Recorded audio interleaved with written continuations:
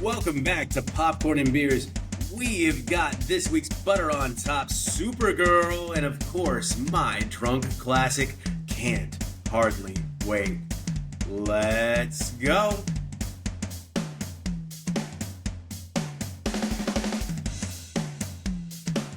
Welcome back to your favorite soccer player's nephew's former babysitter's favorite movie podcast. This is Popcorn and Beers, where some use tomatoes and others use thumbs. We use the stuff that gets you drunk. Welcome back in. Did you see that? Look at that. That was pretty crazy. That was just popped off right onto the hand there. So we had what would be a tentpole release in the James Gunniverse of DC, right? So he's been trying to do his thing for a while. We saw Corner Sweats, Superman. All of us kind of liked that one. We thought that was pretty good. And this is the next installment in this universe. So Jordan, you were able to get to the theaters. Please stay tuned for the Sad Fan podcast this week. I will talk to you about why I've been away for 3 weeks and what I was doing. And if you follow us on Facebook or Instagram, Popcorn and Beers, Gorp, or The Sad Fan, you already know. But we're going to talk about it here coming up next week. But right now, it is the time of Supergirl and Crypto. And I guess Lobo. I guess Lobo was a big part of this film. So Jordan, talk to us about Supergirl. Yeah, Supergirl, a.k.a. Super Guardian Girl of the Galaxy. Right? Because James Gunn... That's what a lot of people are saying, man. Yeah, he made it exactly like the same formula, right? Right, old, nostalgic, catchy music in like really like weird places. Okay. Yeah. So it didn't hit this time, is what you're saying. Like it wasn't good timing. No, because it felt forced. It felt predictable. You know, it's become a bit of like tropey. Like it's a James Gunn trope now. You know what I mean? Yeah. We wanted to see something fresh, not just like a rehash of, like, is this what every single DC movie is going to be going forward? Mm-hmm. I don't know. I mean, it's fine. It makes for a watchable movie, you know, but it's just nothing that's new and all that exciting. I found myself quite bored throughout it. It's obviously very girl power. You know, and they reference the whole, like, why are you Supergirl if you're like 20 something and he's Superman and he's only like 20, you know what I mean? Like, yeah, they make she's older than him in reality. Is she? Oh, yeah, she's older than him. Like when like the actress? She was a teenager on Krypton and he was a baby. So I can't remember like the story and how it works, but somehow he grew up faster because she was stuck in like cryo freeze or something. They don't touch on, I think he's an adult when, in the movie, I don't know about like comics or anything like that, but like, or the show, but like in the movie, yeah, they go into her whole backstory. The movie's only an hour and 45 and they cover a lot of ground. Okay. A lot of ground. Yeah, so it kind of jumps around a bit, like not like do a you feel like that takes away jump from it, like some origin stories do? No, it was an adequate origin story. It's just the main plot kind of gets a little choppy because it's being jumped around through like, oh, we got to do this flashback and now we're back to the action, but it's kind of like, oh, like that. This is all happening. It seems very, very quickly. I mean. It is, though, because it's part of the plot. It's all happening within 3 days. But it's just something about it. It just feels like I don't know. It just doesn't seem to work. Millie Alcock is cute. I hate to use that adjective because it's like demeaning. You know what I mean? Like she's just sort of being I don't know what do you call, like a ham? Like a punk? No, like she's just like, like it's just, I don't buy into it. She's just like a little sorority girl that kicks ass. Yeah. Okay. Yeah, it's not. Gotcha. She doesn't sell it. Like it feels like she's not trying very hard. Okay. And people like her in this. They that's the one thing that they've liked is her. Yeah, she's a likable like actress and stuff like that, Okay. you know. But and maybe it's the writing, maybe it's just the what she's working with, the material that just Okay. didn't really do her much favors, you know. But Uh-huh. Jason Momoa is it's so annoying. He's just himself and everything now. Really? Yeah, Lobo the character himself was pretty cool. I He's wish kind of an you annoying character, though. I wish you got a little bit more of like some explanation on him. You don't get much. You Well, get he's just just like a a little bounty hunter. tease. He's just a Y- space bounty hunter. Yeah, you get like a little tease of like a quick backstory on him, but Jason Momoa is just playing himself, Jason Momoa. You Okay. know, and just like he is in kind of everything. Lately, yeah, Um, that's Jason Momoa is Jason Momoa. But I mean, like, isn't that what you want? Like The Rock to be The Rock, Jason Momoa to be Jason Momoa? Like, what range are you expecting here out of these actors? I mean, The Rock is The Rock. Jason Momoa is not The Rock. I don't I don't think he's know. earned You that. don't think he's catching him? You don't think he's going to pass him as far as popularity? And I'm sure his films have grossed more at this point because he's been in superhero movies now a couple times. Yeah, I don't know. Think so. And he's just Minecraft? I don't think the box office has passed The Rock. You don't think so? I I don't wonder. think I so. wonder how close he is. Because like The Rock hasn't really as much credit as we give The Rock. Well, I guess the Moanas though. If you factor in the Moanas, like the voiceover work, I don't know if that's fair. I think we should do live action. But yeah, I think if you factor in the Moanas, he's probably crushing it. So, so I so mean, so back to Millie Alcock and Lobo being Lobo as Jason Momoa. yeah. The whole plot of this movie revolves around a a bit of babysitting going on. Pretty Okay. typical movie trope. There's a girl, she's seeking revenge, she needs help, she goes to Supergirl, and Supergirl kind of begrudgingly takes her all around this galaxy looking for this guy, trying to save her from the bad guy and herself. You know exactly how that goes. The girl Mhm. is super annoying. It's a little girl, super annoying, always does like the worst decision, and We've had a and few of those lately. yeah, and it's just this whole it revolves into like, oh, it's grief and revenge doesn't take away your grief, and Hmm. be better, and blah blah blah blah blah. Yeah. Yeah, so it's obviously like, it's how many tropes can we cram into this like hour and 45-minute movie, it seems. The To me, a really really big bright spot was the bad guy. Okay. Um No, it's okay. The villain was your bright spot. So sometimes that happens, right? Heath Ledger as the Joker was a bright spot. We had, the Mandarin become a bright spot as a villain. So I could yeah, see that happening. Sometimes you root a little bit for the villain. right. What's his name from Thor: Love and Thunder? Christian Yeah, Bale. Christian Bale, Woo, that was dope. Gore the God Slayer. Yeah. Krem. They're called he's called Krem of there's like this race, these like robotic kind of guys. Like Um cyborgs. yeah, they're like cyborgs, and they're super Okay. awesome. Super Yeah. cool looking, and yeah, like this guy, Modeled after cyberpunk. Matthias Schoenaerts, who you know from, I don't know, he's just got like, him in certain things. He's a kind of character You've actor type seen guy. him. You've seen He's this in guy somewhere on your yeah, television screen. he's in that movie The Old Guard. That's where I know Oh, him gotcha. from. Yeah. Okay. Uh and he is unrecognizable if you see the guy like actual actor's face, and then when you see him in this movie, Hmm. he's awesome. He's like going for it. He's super scary. Love that part. It's it was for like this. People are gonna like this movie, okay? Okay. And it was fine. It was fine. It's It was it's not just getting great reviews right now, but I was hoping it was going to be punch you in the face, punch you in the face, punch you in the face.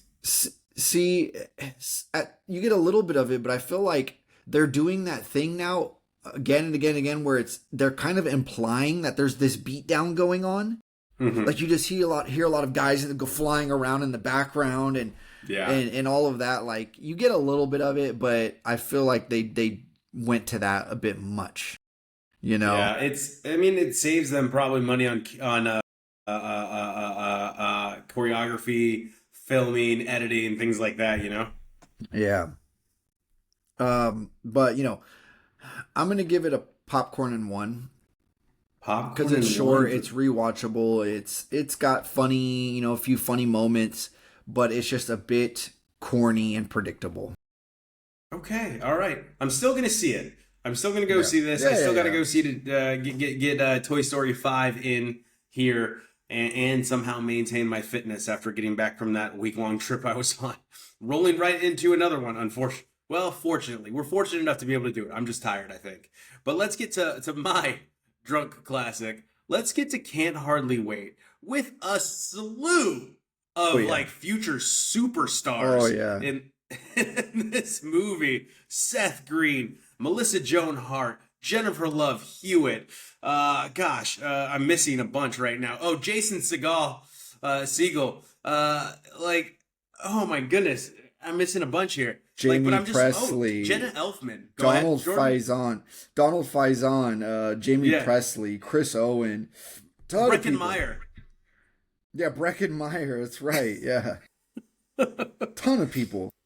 Yeah, it's like they went to the Hollywood like struggling actor apartments and said, "You'll do, you'll do, you'll do," and put them all in this movie. And I think what's funny is I think the big name star in this is Seth Green at this time. Like Yeah. even though he's not the lead. What else had he been in? Selma Blair's in this too. Like literally Yeah, doesn't talk. She's like her face. Um. Jamie Presley. Jamie Yeah. Presley's in this. Was that Gabrielle, a young Gabrielle Union, or who's that other girl? I Not don't not think Gabrielle Union. so. But the cast is absolutely Yeah. packed with people. Yeah. And you can absolutely tell this is a 90s flick. Like from beginning to end, the narration, the a stream of consciousness in the dialogue, the ridiculous I need to show that this person is an athlete by putting them in an athletic jersey. Hey, kitty cat, welcome back on camera. You are a new star, taking Josh's place for a little while. Huh, Mhm. Garfield? But with this, I mean, it is such a 90s trope. New girl in Yeah. school dates the hot football player, breaks up right before, but the nerd that's going to Dartmouth and going to be super successful, it has one last shot to win her over. I love you, Beth Cooper. Took some notes from this, huh? Some Oh notes yeah. were taken here. The nerds in a perfect world, all the geeks get the girls. In fact, two in a closet, it seemed, just for singing, what was it? Paradise Take me City. down to the Paradise City. So there's a lot going on here. It is not PC at all. I would say I actually enjoyed this movie though. I actually giggled a couple times at a few different things that occurred throughout this. The women's studies major, like she was kind of funny throughout. And I'm glad they didn't do the old trope of "I've been in love with you all along, you idiot," like we saw in Trojan War, right? They went a little oppo boppo there. Did some funny jokes in the "Where Are They Now" section as well. Uh, Huge party, Game Boys. How about that? Game Boys. There was a bunch of Game Boys to enter this. A bunch of like sophomoric jokes at graduation. He's not wearing underthing under his gown. It's Seth Green doing Malibu's Most Wanted in this. Donald Faison for no reason at all, just being stupid.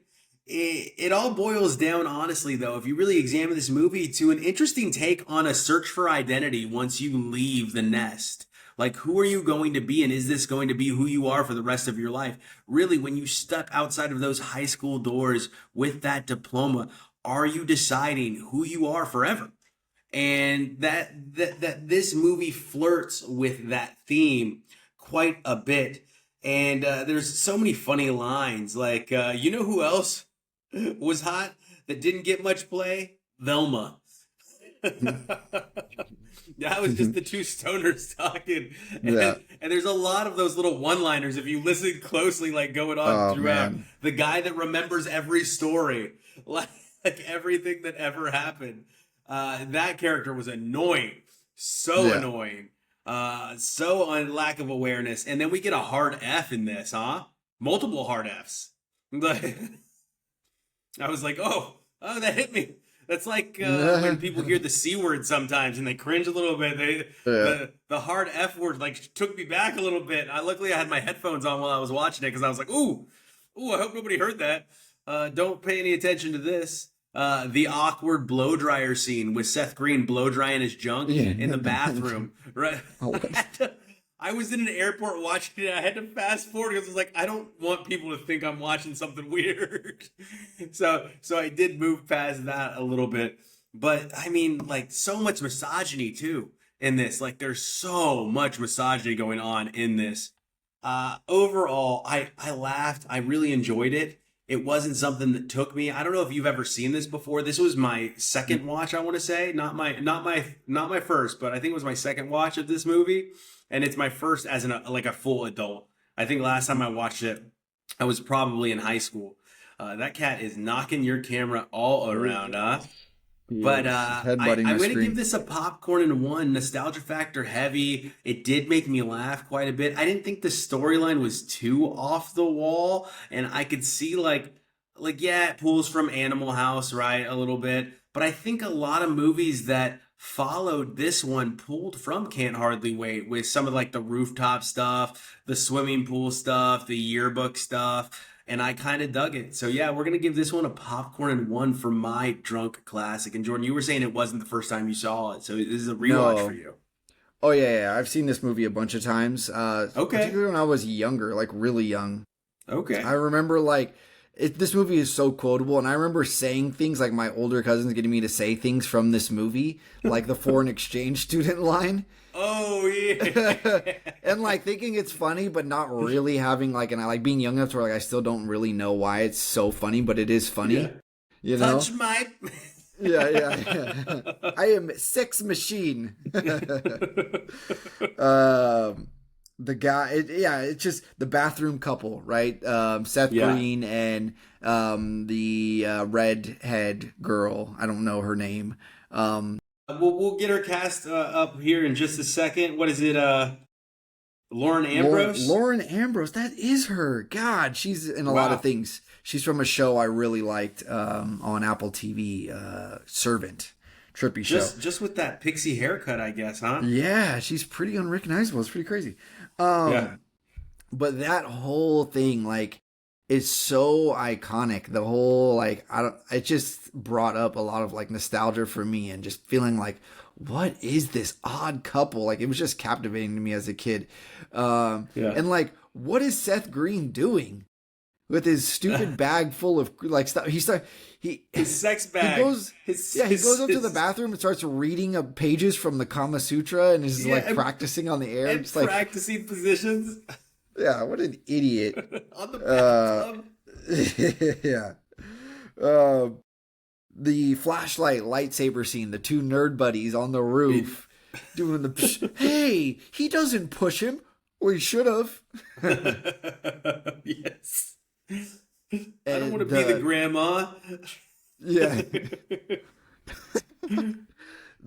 The beer has gone bad. Nobody drink the beer. How many times has that line been said? The angel stripper lady at the phone booth, the bus stop. Yeah. Yep. It's like this movie at some points feels like a fever dream. Like, where does all of this come into play? Like, if you're listening to this and you've never seen this movie, it's a good movie. Trust me. It's like, it's very, very enjoyable. It's very funny, but it is kind of as haphazard as it sounds, you know? Well, especially if you grew up partially in the 90s or completely in the 90s. Like, there's a lot of nostalgia here in this movie. Yeah, for sure. It's hilarious, though. It never lets up. It's one ridiculous moment, one cringy moment, one after another. All after another. Boom, boom, boom, boom, boom. You know, so this is a great fun watch. I was having as much fun watching it now as I ever did. You know, it's been a while since I've seen it. The Sherman just stealing stuff, being a klepto in the background. Just walking around taking random things throughout the movie. You get like Jerry O'Connell just shows up randomly. Yeah. The guy who peaked in high school. Yeah. Yeah. What do you think was in the refrigerator? It's probably like poop or something. Something craft and put it in their Yeah, fridge. yeah. On a When plate they or open something, it, just put it in there. I can't even look at it. Yeah. You get out. I'm not getting out. It's my house. So yeah, I'm gonna say it's a popcorn one. The nerd guy singing Guns N' Roses, right? Yeah. That taught me like that was like a pivotal scene for me. That taught me like if you do something goofy, go for it all the way, and people Just have the will be charisma. in it. Yeah, could just go all the way with it, and people will buy in. You know, it's like Lean into it. It's always been a thing though, right? Just have charisma. Like yeah. do something to just have personality. Put some personality into it. Dive in because the boos will turn into cheers. Have you ever seen the YouTube video The Moose Dance? I don't think so. So it's a tutorial on leadership, right? And it's kind of funny because I don't know what music festival it takes place at, but it's kind of like this guy, the nerd that's singing Paradise City, and he's just dancing, just going crazy all by himself. And it starts out as people were making fun of him, right? They're laughing at him, filming him, and then all of a sudden one person goes over and just like starts going crazy with him, right? And it's essentially like the second person accepting this person, this weird person, is what actually turns that person into a leader. And then soon after, you start to see like a whole crowd see like, oh, this is acceptable. We can act stupid. Like we don't have to act cool. And like that's the moose dance. And it's actually a real thing that happens. Like, and they break it down like a leadership study. It makes me so angry. It just makes me angry. Just people, like how it takes like you have to see one person do it before you get like, oh, you know, this is fun, and you know what I mean, like, oh god, and it's okay. And it's okay to have fun. Like it's okay to be stupid, right? It's okay to say the thing sometimes, and not the hard F. Don't do that. But then they're best friends, right? For that small moment in time, he and Mike become best friends. It's just the cousin part was kind of funny. Only through marriage. Yeah. And that's like hardcore sexual harassment. I think he just kisses Jennifer Love Hewitt without her permission. You know, like you see it coming from a mile away. But I guess if it's your cousin, you don't fully expect them to connect the lips to yours. So. I'm glad you gave it a popcorn and one. I'm glad you find the movie enjoyable because I did too. I was just like sitting there in the airport. I was like, this is still funny. Like say what you want. It's definitely not PC, but like a lot of this stuff is still funny. It's still entertaining. Yeah. It's the fashion, man. Looking back on the fashion, it's so funny because a lot of that's made a comeback. Oh my god! Like a lot of that fashion is back, and it's kind of weird. Homeboy with the frosted tips, the main character guy. Yeah. The dorky guy. I'm like, what is he wearing? That was very 90s. What was that style? Like a flannel over a t-shirt with like half tucked into your jeans, right? Like totally different colors and yeah. I don't know, man. I won't miss that. What's next? The propeller hat? Is that going to make a comeback? Do you think? Oh yeah. We're going going to see the propeller hat again. Yeah. Oh yeah. I'm bringing it back. All right. I love it. You know what else you're bringing back? You're bringing back The Punisher season 1. So you got into The Punisher season 1 and what we were watching, and these are things that you vowed to catch up on.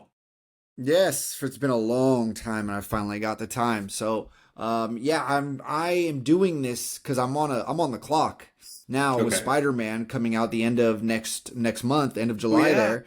And the Punisher being a feature in it, I have to know what's going on with the Punisher. Big trailer reveal. Man, this was excellent. I'm going to tell you, this was a popcorn in 3. Okay? Yeah. Lots of violence. You get Karen, too, from Daredevil.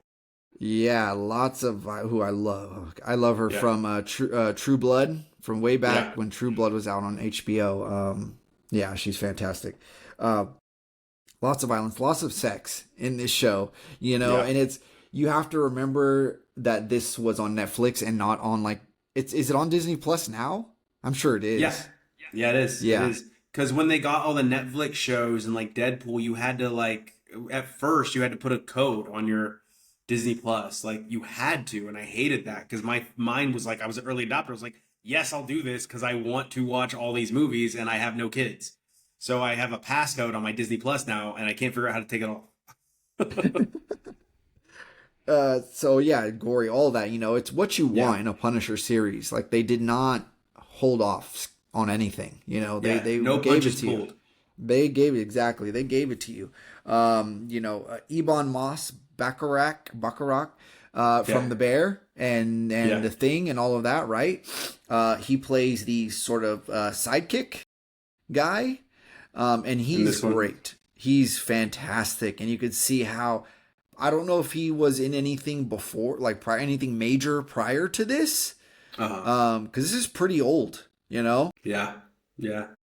Probably like 2014, 2015. Yeah, and if this is what launched him, like you could tell, like this launched him because he was fantastic in this series. He was going kind of blow for blow, literally character wise and acting wise, with what's his face, the main character, John Barenthal. John Barenthal, yeah. He was going toe to toe with him. Tom Hardy. Yeah, yeah. There's no supervillain of any kind in this. You don't get that. Yeah. It's all like government and soldiers and mercenaries and just like all very human. Corruption. In this. Yeah, yeah. So but it's okay. It's okay because the Punisher gets his ass kicked a lot. Yeah. In this. A lot of them do, I notice. Like a lot of these superheroes, they gotta introduce that element of vulnerability, which, as you know, I've said on the show, like I'm not always okay with, but with Frank Castle, it's kind of what he draws his fury from. Yeah. Yeah, because he takes some punishment. The Punisher gets punished in this series for sure. The running theme is just grief, the whole thing. Right? The whole thing is just like his family and then his family and their family and everyone's family is going through something in this, a fantastic scene in this that really is like the whole point of this, right? It's soldiers coming home from war and feeling unappreciated and all of this and guns and all of that, right? They point out, I think you mentioned this when you reviewed this a long time ago, like in our early days, that the whole sort of MAGA crowd and somebody adopting the Punisher. So this is you're referring to a review I did of Daredevil Born Again season 1. Okay. I talk about the co-op because we weren't doing the show quite yet when this was out. This predates our show. Okay. Punisher season 1 predates the show, but so this is around 2015, 2016. So yes, co-opting the Punisher symbol. Yeah. You get a fantastic scene between the gun rights politician guy, who's one of the like ancillary protagonists. I don't know. He's just kind of a worm in this. And the bad guy, the security guy, right? And he tells them, is your ideals of being against gun violence worth dying for? Because this guy is coming to kill you. And, you're the one that's hiring armed security mercenary protection from him. So, do you believe in this or do you believe in that sort of thing? You know what I mean? Mm-hmm. It is very, very kind of a gotcha, interesting back and forth moment that really sums up like a lot of the message in this. And is this the security firm one, the private security firm? Yeah, Anvil. Yeah, okay. Guy with the really handsome guy with the beard and like the hair runs. Yeah. The slick back guy who's apparently Jigsaw. Yeah. Right, he's supposed to be Jigsaw. And John Barenthal, the Punisher's favorite line in this series is always, every few episodes you get a situation with a hostage, right? You get Karen Bass, you get the other military guy who's like missing his leg, the leader of the like soldier grief group, counseling group guy. It's always somebody. You get somebody. The merry-go-round operators is the Punisher going, let him go. Let him go. It's like, oh, okay, here we go again. Let him go so you can start fighting. Like, let's get to it. And he's going to throw him at the Punisher. The hostage is going to get thrown at the Punisher. Yeah, every single time. But that's okay, because this was riveting. I loved it. I could have sat and watched this entire season in one day, but it's 13 episodes, so 13 hours roughly, so too much. But loved it, want more. I think I have to watch a season of Daredevil now. I think Daredevil season 3 of the original series. Missed one season of Daredevil. You were supposed to watch Daredevil season 2 before this. I did. Oh, you did? Okay, then you're good. I did watch season 1 and 2. So yeah, I got to watch season 3 and then The Punisher season 2. Yeah. But Popcorn 3 for Punisher season 1. Yeah, he's the perfect actor to play this role. They did a great job with story, so I'm glad you liked it. I got into a new Netflix movie. I got into Big Brother, starring John Cena and Eric Andre. I'm gonna watch this movie immediately. Is a cavalcade of how crazy can we get to make people laugh. What is the stupidest thing we can do to make people smile? Let's take the Big Brother program and show people what could happen when it goes wrong. The villain in this movie, John Cena, surprisingly enough. He is the villain in this movie. He is kind of a dick throughout the entire role. His life is set up just the way he likes it. He was misunderstood by a young man many years ago. And the young man hit him up and said, "Brothers for life," not knowing that his assistant now responds to all the emails. And in that, we get mixed messaging because he thinks that John Cena's character is still looking at this guy like he's a brother, and he has a personality of who John Cena's character is, and it's not him. It is his assistant responding to all these emails. And we don't get to see how terrible he is until Eric Andre's character arrives. We get a very lovely and endearing Michelle Monaghan again. Man, she is has she stopped working? I don't think she stopped working. Like White Lotus season 3, Family Plan Part 1, The Family Plan Part 2. She was another one too that I can't even think of off the top of my head that she was just in again. Like Michelle Monaghan is just crushing it. Like she was in Kiss Kiss Bang Bang, a former drunk classic. Like, I don't know what is happening right now, what is in the water, but she is getting every single streaming movie role that exists. And she does a great job in this really funny scene. Kids, cover your ears, where Andre is giving her advice in lovemaking, and it's about kissing the old starfish. And there is so there's not a lot that made me laugh in this movie. Let me just be clear here. I was like, okay, you're going for the joke. You're like, I wanted to laugh at a lot of it, but it was just like, it wasn't well performed or written. You said that about Ladies First, and I laughed a lot in that movie. That movie cracked me up. Yeah, I know. I guess it's the forced laugh that's not getting me. Like Freebird, I loved because I didn't feel like the laugh was forced in Freebird. Like that show actually made me laugh a lot. Like it was, I needed that. This was like, we're going to be totally insane, wacky. And that's kind of who Eric Andre is outside of Righteous Gemstones, right? Like outside of his character in Righteous Gemstones, this is kind of his thing. But Michelle Monaghan cleans up in this scene where the old starfish gets kissed. And it actually made me laugh super hard, like the awkwardness behind it, how loose Mr. Cena is after everything goes down, and it was just really funny. But the overall movie itself, just wasn't great. Again, I feel like it's just kind of AI slop. Just hey, take this movie, take this movie, take this movie. Here's the theme we want. Here's our actors. Make them funny. Say funny stuff to them. And that was a dude from Law and Order SVU is the oldest brother. Chris, what's his face? Oh my gosh, I can't think of his name. He's no. Dude from Law and Order SVU. He's like a famous, like super famous for doing like Law and Order SVU. But you've seen him in a bunch of things. I can't think of his full name, but I think his name is Chris something.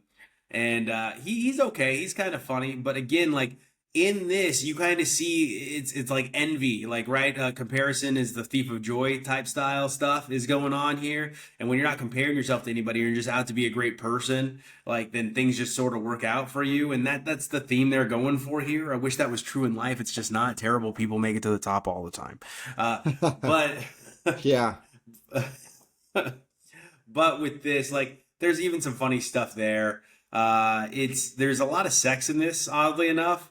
Like a solid amount of sex in this short movie, which throws you a little bit. But I'm gonna give it a popcorn. I mean, like, it's fine. Throw it on in the background. It'll make you laugh. It's not as good as Blockers. Like, I thought Blockers is very funny. This is just like kind of funny. Like, it doesn't hit you where it needs to, you know? Mhm. So I'm sure you'll watch it soon. It's free, but I don't know if it can make your wishes come true if you're looking for laughter, like your next review. I watched The Sheep Detectives. Nope, did not pick up on my radio setup. Could not make your wishes come true if you're looking for laughter. Oh, this only. It's okay. Talk to me about Sheep Detective.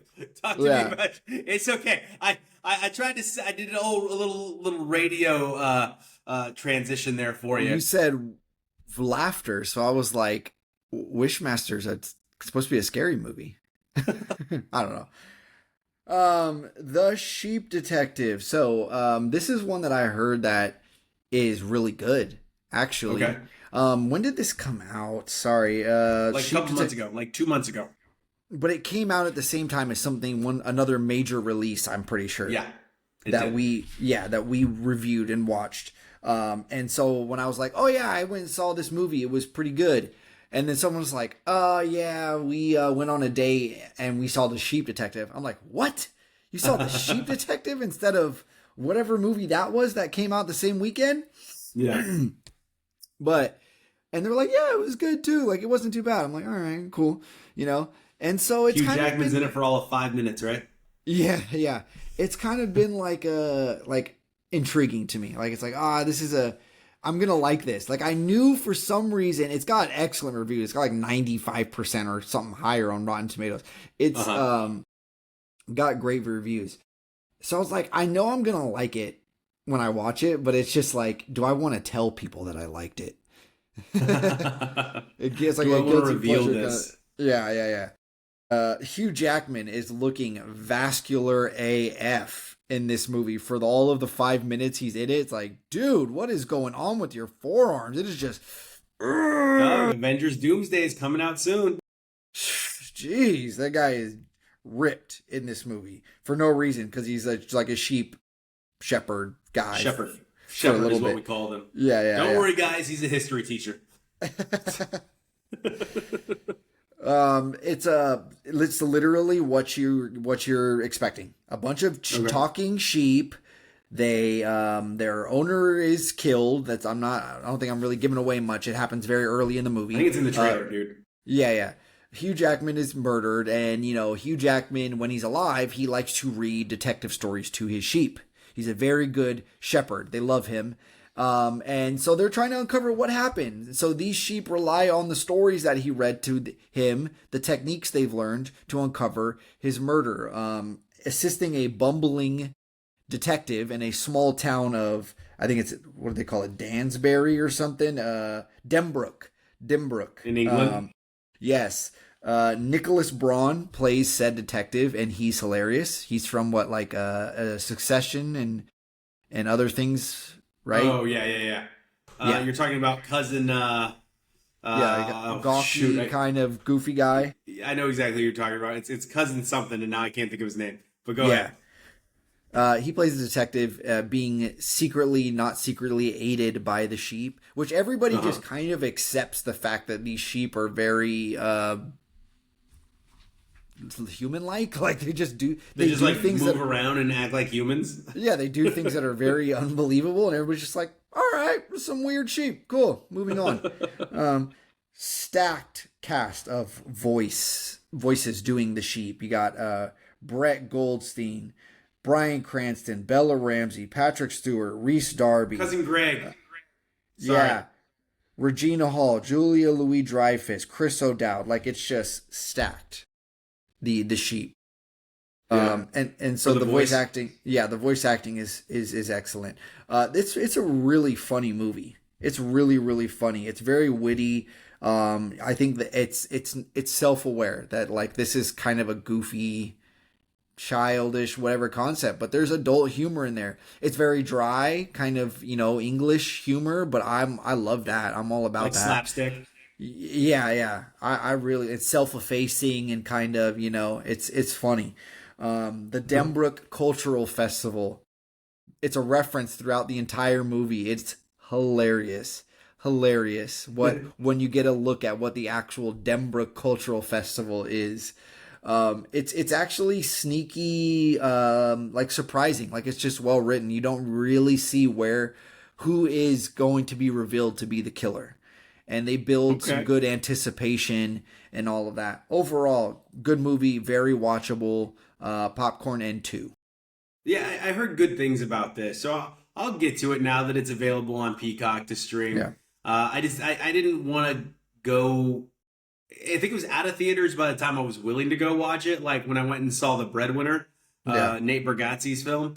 I probably would have rather seen that, but it just didn't happen. And it seems like a great family film. And I watched a family film on my flight back here to Germany last night or today, however time works. And it was called The Family McMullen. And it stars Connie Britton. She's got top billing, of course. Edward Burns, Sage, Pico Alexander, Juliana Canfield, Tracy Ellis Ross. And it's just a cavalcade of people that you've seen somewhere. Oh, I've seen that person somewhere. Oh, that person's been in stuff. I know that person's been in stuff. And it's dialogue driven.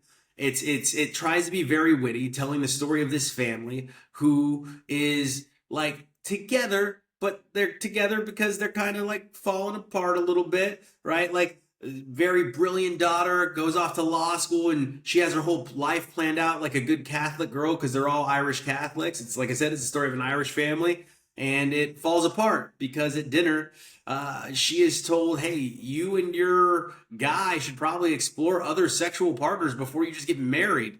And that throws a wrench into everything that her plan was, because it turns out she was getting ready to marry a total slime ball who just wanted to play the field. And the aunt character, played by Connie Britton, Molly, totally sniffed it out, like right away. She was like, this guy's a slime ball. And that theme, there's a lot of themes. It was, be careful of the ones that are a little too nice. You got to be careful of the ones that are a little too nice. If they're a little too nice, they're hiding something. And that was kind of funny, kind of interesting. Tracy Ellis Ross was, don't do that, don't do that, okay, do that, Mom. And that was very funny, trying to control her child. And I've always said this, and this is kind of pitched by Edward Burns' character, is the tighter you hold something, or the more rules you put on something, the more people will want to break those rules. Or the harder that thing that you're trying to clutch so tight will try to get away. And that drives us into the other storyline of McMullen's son, played by Pico Alexander, and Tracy Ellis Ross's daughter, played by Juliana Canfield, and how they stumble upon each other. And they kind of paint Brooklyn as like this small town, which is kind of funny when you think about it. Yeah. Like they try to play it off like Brooklyn's this small town, and it's really easy to get to Coney Island and all this stuff. And I'm just like, okay, guys, like I've been to New York. Like you can't paint this picture of New York for me. I've been there several times. I know what New York is like. It's not this. But they're trying to create like this portrait of serendipity. It's very slow moving, and it's, again, it wants you to invest in this family. And if you're not willing to invest in this family and their stories, then you're not going to like this movie. I was semi-invested. I'm going to give this a popcorn and a half. Not a ton here, unless you're really going to buy in. And a lot of it is just pounding home like Irish Catholic like lifestyles and what happens. And we don't really even get a good explanation. Like all of a sudden, like all these people have like good money and we don't know why. Like Tracy Ellis Ross like lives in this really nice house in Brooklyn, like a beautiful home. And it's like she's got money, she's single, but we don't know like how. Like she just happens to have money. He is, I think he is a beer brewer. McMullen is, and that's how he has all this money. Is like his brewery took off, but like we don't really know how. Like it's very interesting. It's just like, these are your characters. Don't worry about what they do. Just worry about their stories. So I'm going to give it a popcorn and a half. Popcorn and a half for the Family McMullen. You want to try that setup again? Yeah. So if you're looking for a movie that makes all your Christmas wishes come true. Not a Christmas movie. Anyway, Wishmaster, okay? An old Wes Craven movie, scary movie. Yeah, it's about a djinn, right? Which is a genie, like a real version of a genie, but you know, where they're this malevolent evil spirit. He kind of looks like Jeepers Creepers mixed with the guy from Power Rangers. The like guy that's in the crystal. Yeah. Oh yeah. I'm putting two different characters from Mortal Kombat or not Mortal Kombat, Power Rangers together. Mortal Kombat's on my. That just got a flight.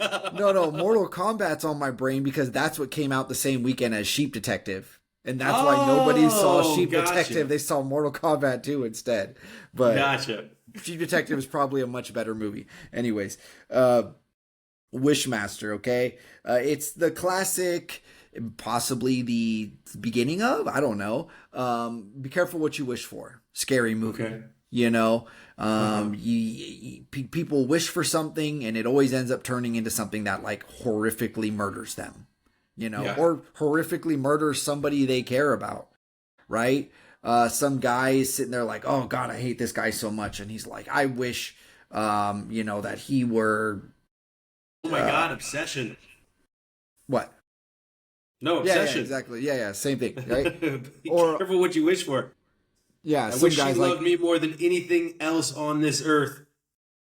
Yeah, exactly. It's that exact same kind of idea, right? Some guy's like, oh, I wish I had $1 million. And he's like, all right, done. And then the next scene is like the guy's mom going to filling out $1 million insurance policy. And then she hops on a plane and then the plane crashes. Like, it's stuff like that, you know, it's like, and it all happens very sort of Family Guy-ish. Like it's, oh, here's a cutaway skit of like the consequences of their wish, you know, happening unbeknownst to them. Robert Englund is in this, as you know, Freddy Krueger. Wes Craven's guy. Yeah, cameo. And so is famous scary movie actor Candyman and the guy from Final Destination.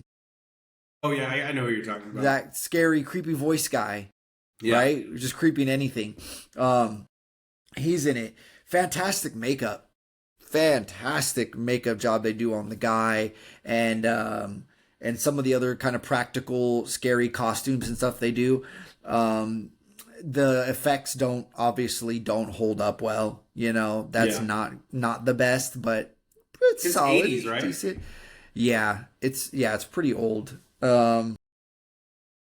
There's a fantastic, hilarious interaction between a unhoused man. This movie's very random. An unhoused man and a pharmacist, right? It sounds like the setup to a bad joke, right? An unhoused man and a pharmacist walk into a bar. Alley. Yeah, they meet in an alley and exchange words. It's hilarious. It's a hilarious scene that devolves into a horrifying scene.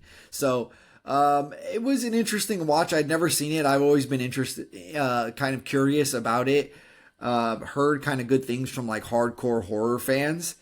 Yeah, I didn't love it. You know, I think I'm gonna give it a popcorn. It's watchable as far as classics go, but it didn't age the best. It's kind of corny. Some of the classics, if you don't fall in love with them at a young age, they're a little hard to watch. Yeah. It's not the same. It doesn't hit the same as it did. Now, this was a classic, I think, instantly. It's a movie called Gravity, directed by Alfonso Cuarón, I want to say.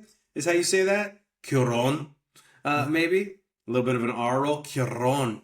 But he does an amazing job with this film from 2013, starring Sandra Bullock and George Clooney. Primarily Sandra Bullock. So, hang in there and you'll figure out why if you watch this movie. But this movie is peril, peril, peril, and more peril. Like there's no safety in this film as Russia decides to hit one of their satellites, which they, you know, kind of allude is a spy satellite that they think they're knocking out. And when they hit this without any thought about what will happen to the debris as the Americans are working on the American space station.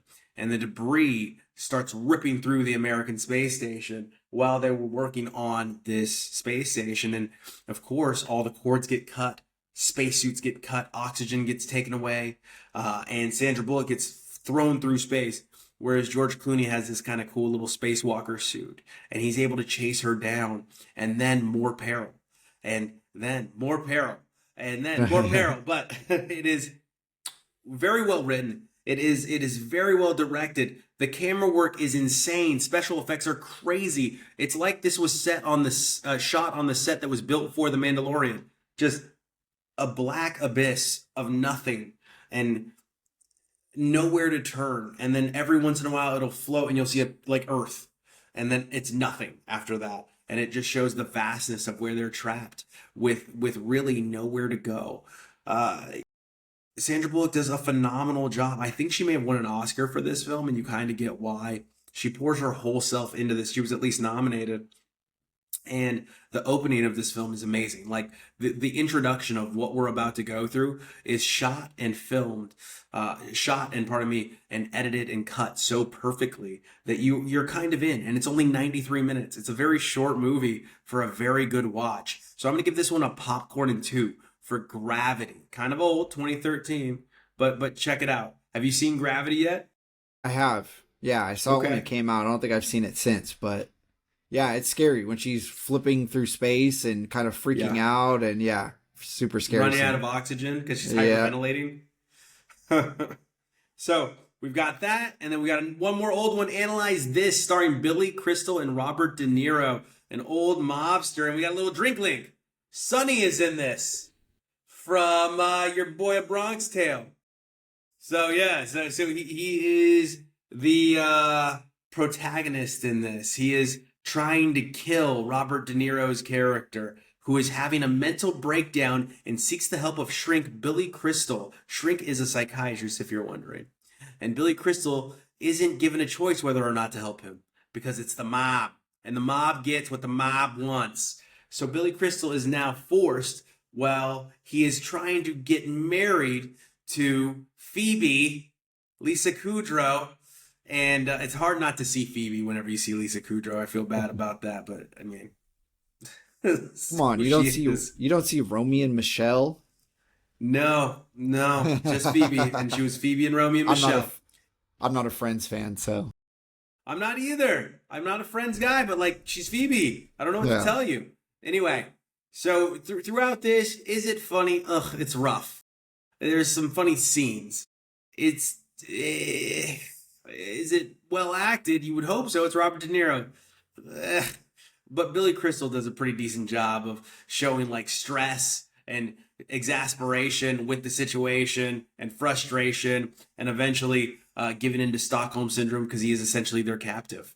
And he becomes one of them, one of the mob. And he takes a bullet for old De Niro. But he claims he tripped, but De Niro won't accept that. Now, if you're looking for a movie that's going to give you some nostalgia again, maybe a few laughs, it might be this one. But for Analyze This on the second rewatch, I'm going to give this a popcorn. Now, this gets a popcorn, and we got to give you the film that we're going to have some popcorn for. It's our butter on top, and it's going to be Minions and Monsters this week with popcorn and beers. Are you going to be able to get to that? Yeah, looks very cute. I guess it's a good holiday weekend movie, you know? Kids are going to be excited to see it. I'm sure the drive-in's going to be packed. It doesn't look too bad. And hopefully it's an improvement on the last one, which was, I think, like Mutant Mayhem or something. That wasn't very good. Minion Mayhem? Yeah. Well, if it's not an improvement, you're in luck, Jordan, because you get to pick this week's drunk classic. So, if it sucks, maybe you can cleanse the palate with this week's drunk classic. I doubt it, because I'm staying in the 90s, 1999, I believe. And I'm sticking on the theme of monsters. Okay. I am going with Lake Placid, a movie about a giant crocodile. Old Oliver Platt. Yeah. Is this the first huge crocodile film? I think so. Yeah. And then we got like kind of a cultural thing. Lake Placid, what is it, Primal or something like that? Primal was the next one. Was after that, yeah. And then we got Crawl, right? And then Crawl was the next one. So not a lot in this in the crocodile horror genre, but I like it. I like it. It's been a long time since I've seen it. So it is one of those films though that I would stop on every once in a while. Well, like you're cruising in a hotel room and like you see the giant crocodile and you're like, yeah, let's see how this goes for them. Yeah. I think it's loosely based on a true story, like a giant crocodile that was terrorizing a community. Okay. All right. Well, we'll see. Serpentine. That's what they say with the crocodile because their little legs can't go back and forth, right? Serpentine, serpentine. Uh, anyway, as you heard, we got Minions and Monsters, and we've got Lake Placid next week. And as always, we'll see you at the movies. You get the popcorn, and we got the beer.